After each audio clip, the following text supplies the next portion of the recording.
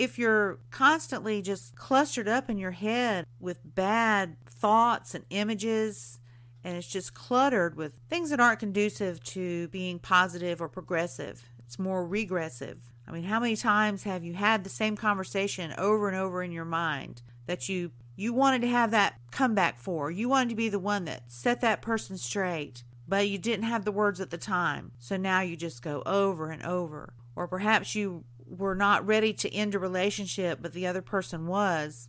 And you think back to that situation, you were so stunned and hurt, and it was unexpected. You had no idea what to say. You were not prepared, so you have to deal with a couple of things. One, you have to deal with the shock of being hurt, the shock of just hearing words that are negative. I don't love you anymore. I don't want to be with you. I need space. All of those things are forms of rejection, and they hurt.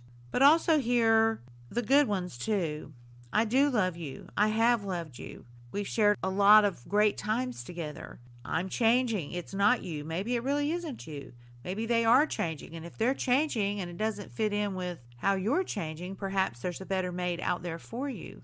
For sure there is. Know that. But it's hard to get through those type things, and certainly you must let yourself have your emotions. Cry and wail and eat tubs of ice cream if you want to, or go out and spend some time with your buddies and be rugged until you heal a little bit and just come to grips with who you are. And then you're a better person, you're a stronger person, and you can be a better mate in your next relationship. Because as I've mentioned, we are made to have relationships with people. So if you are alone, I would encourage you to seek out some type of companionship, not necessarily a romantic relationship, unless that's what you would desire, just a friendship with a male or female to enjoy some time together, because it is more fun if you go out and see things, if you go to museums, look at art, or feed the ducks by the lake, or go walk on the beach, or go to a movie. It's always a little more fun to share that with somebody, so you can poke each other with your elbow and laugh and giggle, or talk about it, analyze it.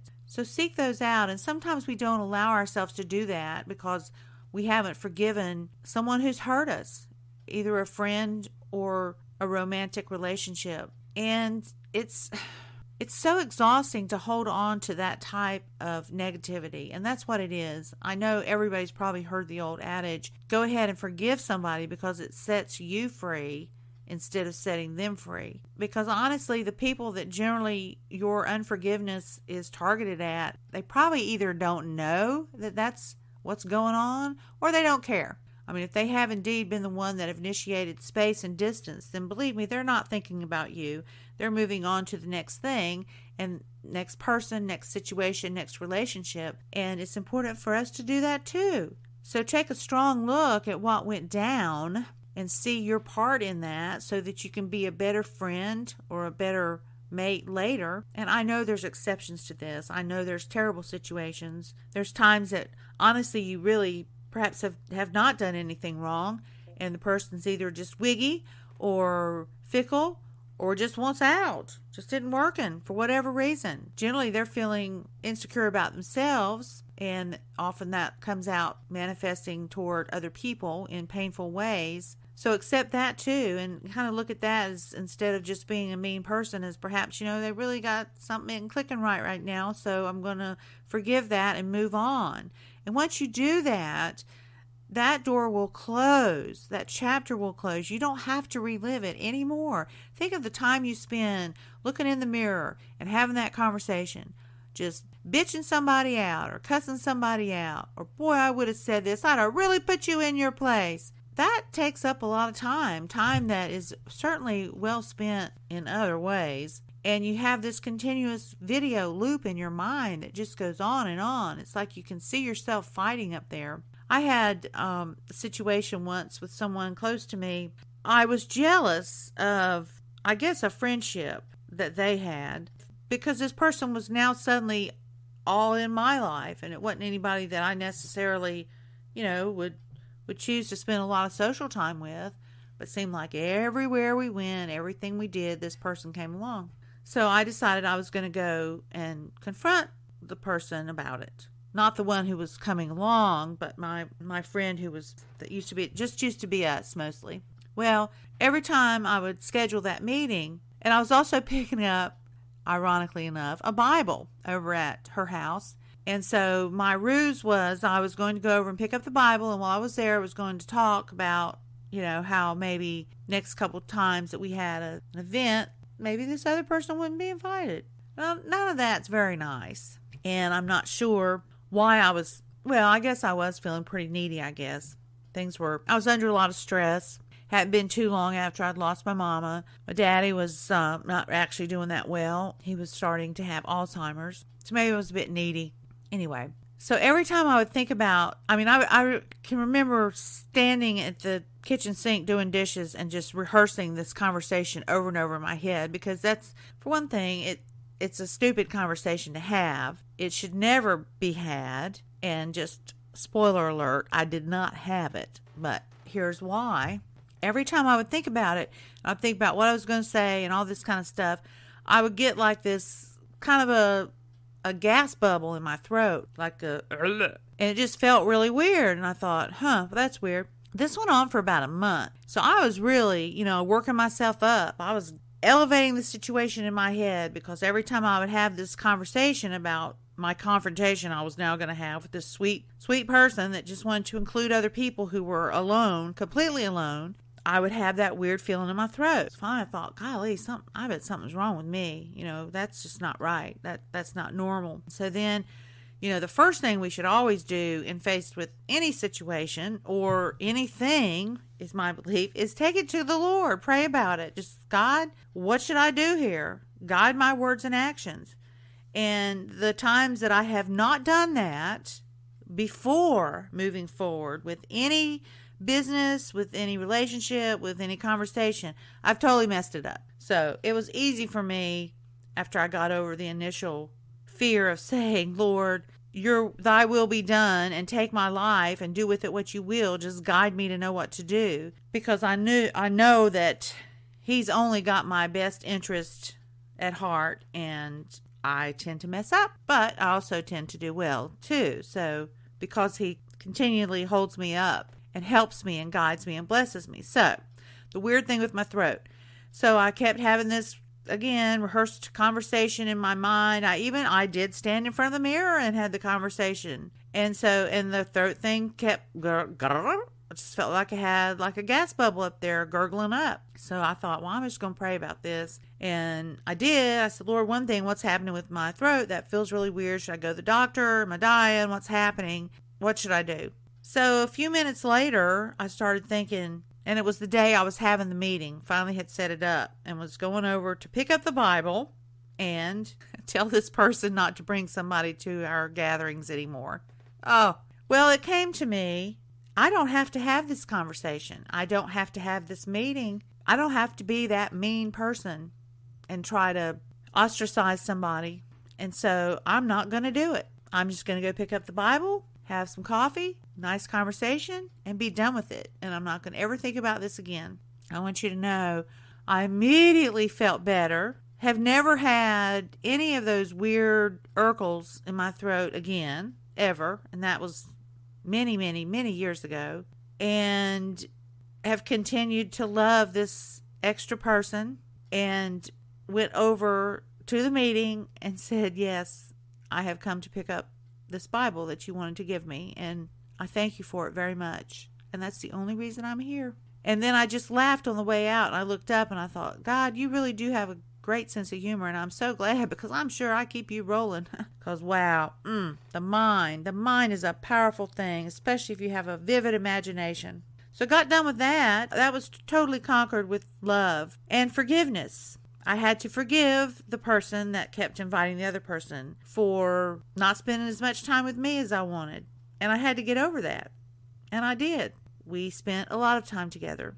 And had a very great relationship. If there's someone you know that you've hurt and that's gnawing at you, that can be as bad as you needing to forgive someone. If you feel like you need to be forgiven. Certainly we ask the Lord every day to forgive us of our sins, and we name them if we can. If not, I include that in all my prayers. Please forgive me for my sins. Some named, some not. And I'll tell you the times that I have felt bad about anything, I just immediately have to go to the Lord with it and seek His forgiveness and ask for peace about it, because you can tear yourself up.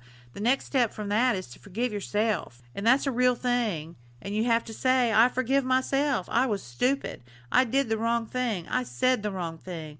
I acted ugly. I was not a good, positive person like I want to be and know I am. I was not filled with joy. I was not uplifting or edifying. I was horrible. And I will never, ever do it again. And don't. Then you move forward and you have that freedom and that free flow of goodness that does indeed flow right through you. And by having that clear channel, you're open to trying new things, which gives you even more freedom. So you must seek forgiveness from other people. If you've done something wrong, just pray about it, take a deep breath, and go for it. Sorry, boss man, boss woman, but I have made a mistake. I didn't mean to. I apologize. I will fix it, and it will never happen again. Please forgive me. Or sweet friend, or colleague, or stranger, I did a bad thing to you. I'm sorry. Please forgive me. I wasn't listening. I rolled my eyes. I cussed in my head the whole way home. Please forgive me. Because you want to have peace. And the best way to have peace is to keep the bullshit out of your head. And that's not easy. One of the ways, and we will talk about more, is forgiveness and the freedom that comes with that. Being feisty and frisky and feeling like jumping around, feeling that joy overflowing when you are free of continually trying to get back at somebody else. Be vengeful. And some people take this a lot of levels higher than just thinking about it in their head.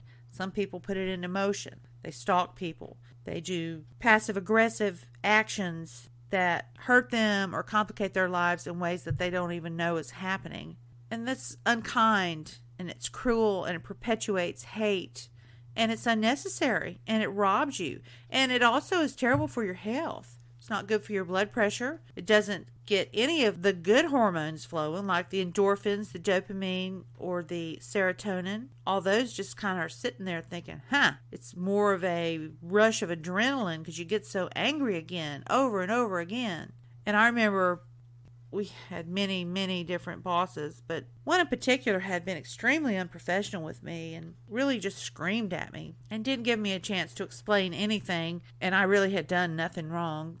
It took me years to forgive him. Years, like 20 years. And I tried. I would hear sermons about it, and finally one that was very relevant to me was that if you cannot forgive someone, then ask the Lord to help you, and they can forgive them through you, and then you'll catch up.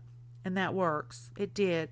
But then I would think I would have forgiven somebody, because I like I say, have a clean head, a clear head, as far as not a bunch of nasty clutter up there, because I get plenty of that with fears and anxiety and just junk that wants to jump in, which we'll talk about at another time. Anyway, was told, yes, you'll know if you've truly forgiven that person if when you hear their name or think about the situation, you no longer have the same response that it has evoked in the past. So are you still getting angry about that? Your hands still get clammy, your mouth get dry, get twitchy? Well, yes, it did. All of those things for years. But guess what? Not anymore. I finally have forgiven, and I've moved on. And it definitely took a proactive, progressive move on my part. Now I'm done with it. And so since that, I haven't really had a lot of hard feelings with anybody, fortunately, in my life. And I hope not to in the future. So I try to keep that. If there's ever even a misunderstanding or miscommunication, I address it immediately.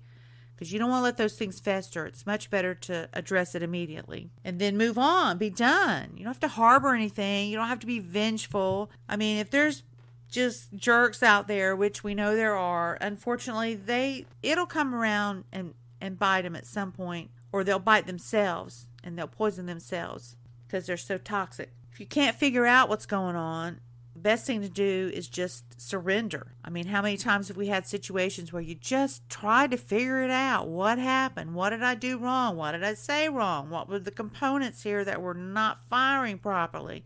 On and on and on. Analyze it. You get analysis paralysis. There's some things you just can't figure out. There's mysteries of the Lord we'll never figure out. It's best to surrender it. I'll never figure out why I lost my sweet mama.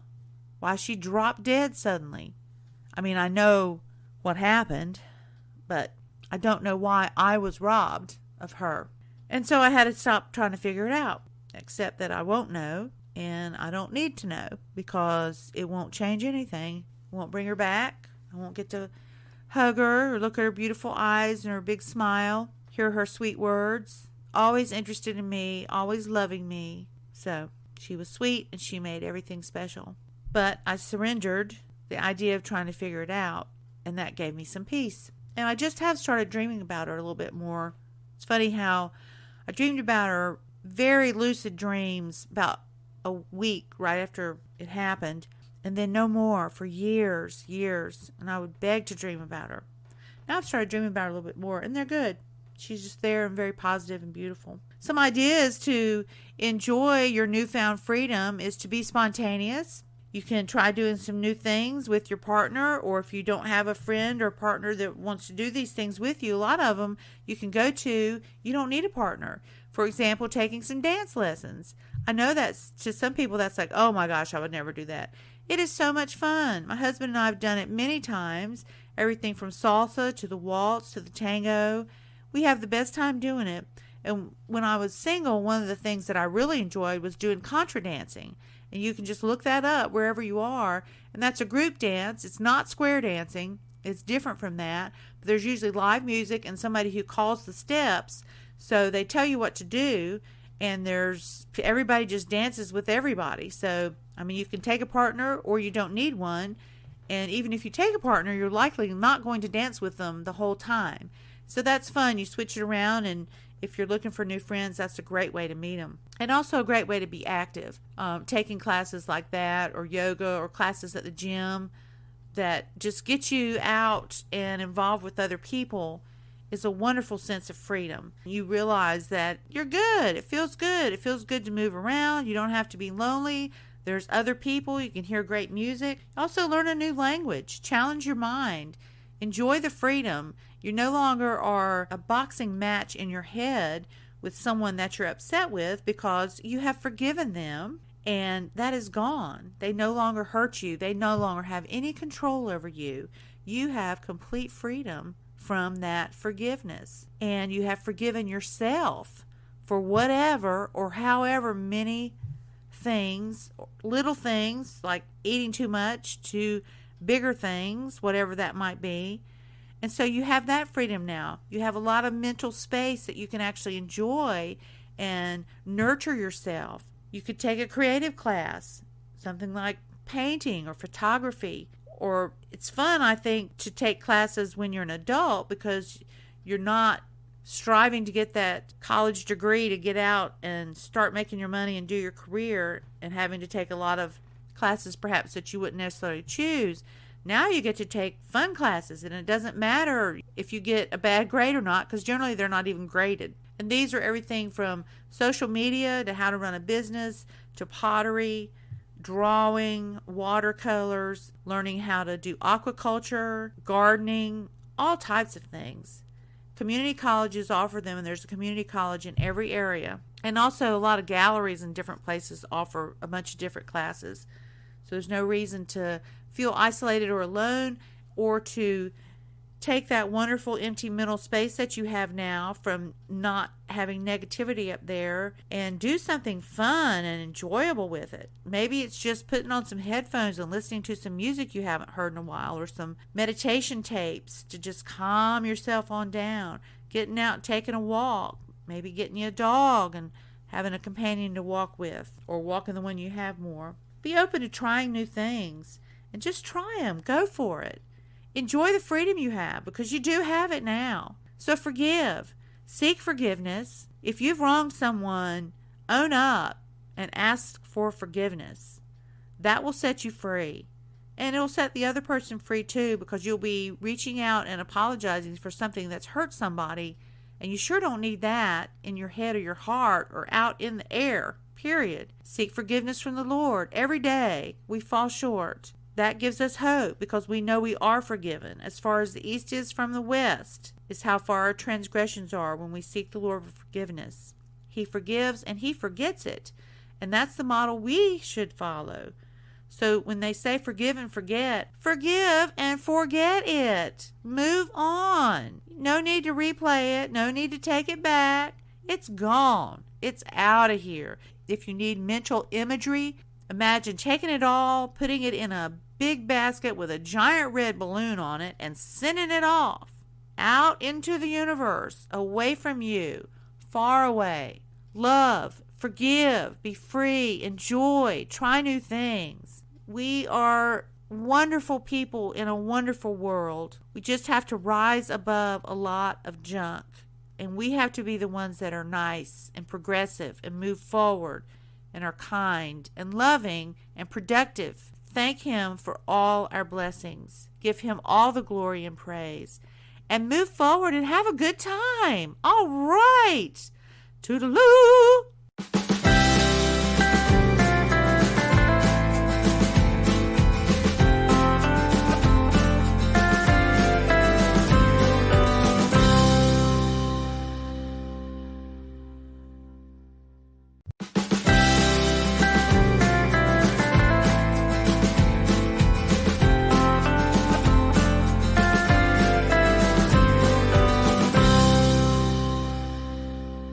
If you're constantly just clustered up in your head with bad thoughts and images, and it's just cluttered with things that aren't conducive to being positive or progressive, it's more regressive. I mean, how many times have you had the same conversation over and over in your mind that you wanted to have that comeback for? You wanted to be the one that set that person straight, but you didn't have the words at the time. So now you just go over and over. Or perhaps you were not ready to end a relationship, but the other person was, and you think back to that situation, you were so stunned and hurt, and it was unexpected, you had no idea what to say. You were not prepared, so you have to deal with a couple of things. One, you have to deal with the shock of being hurt, the shock of just hearing words that are negative. I don't love you anymore. I don't want to be with you. I need space. All of those things are forms of rejection, and they hurt.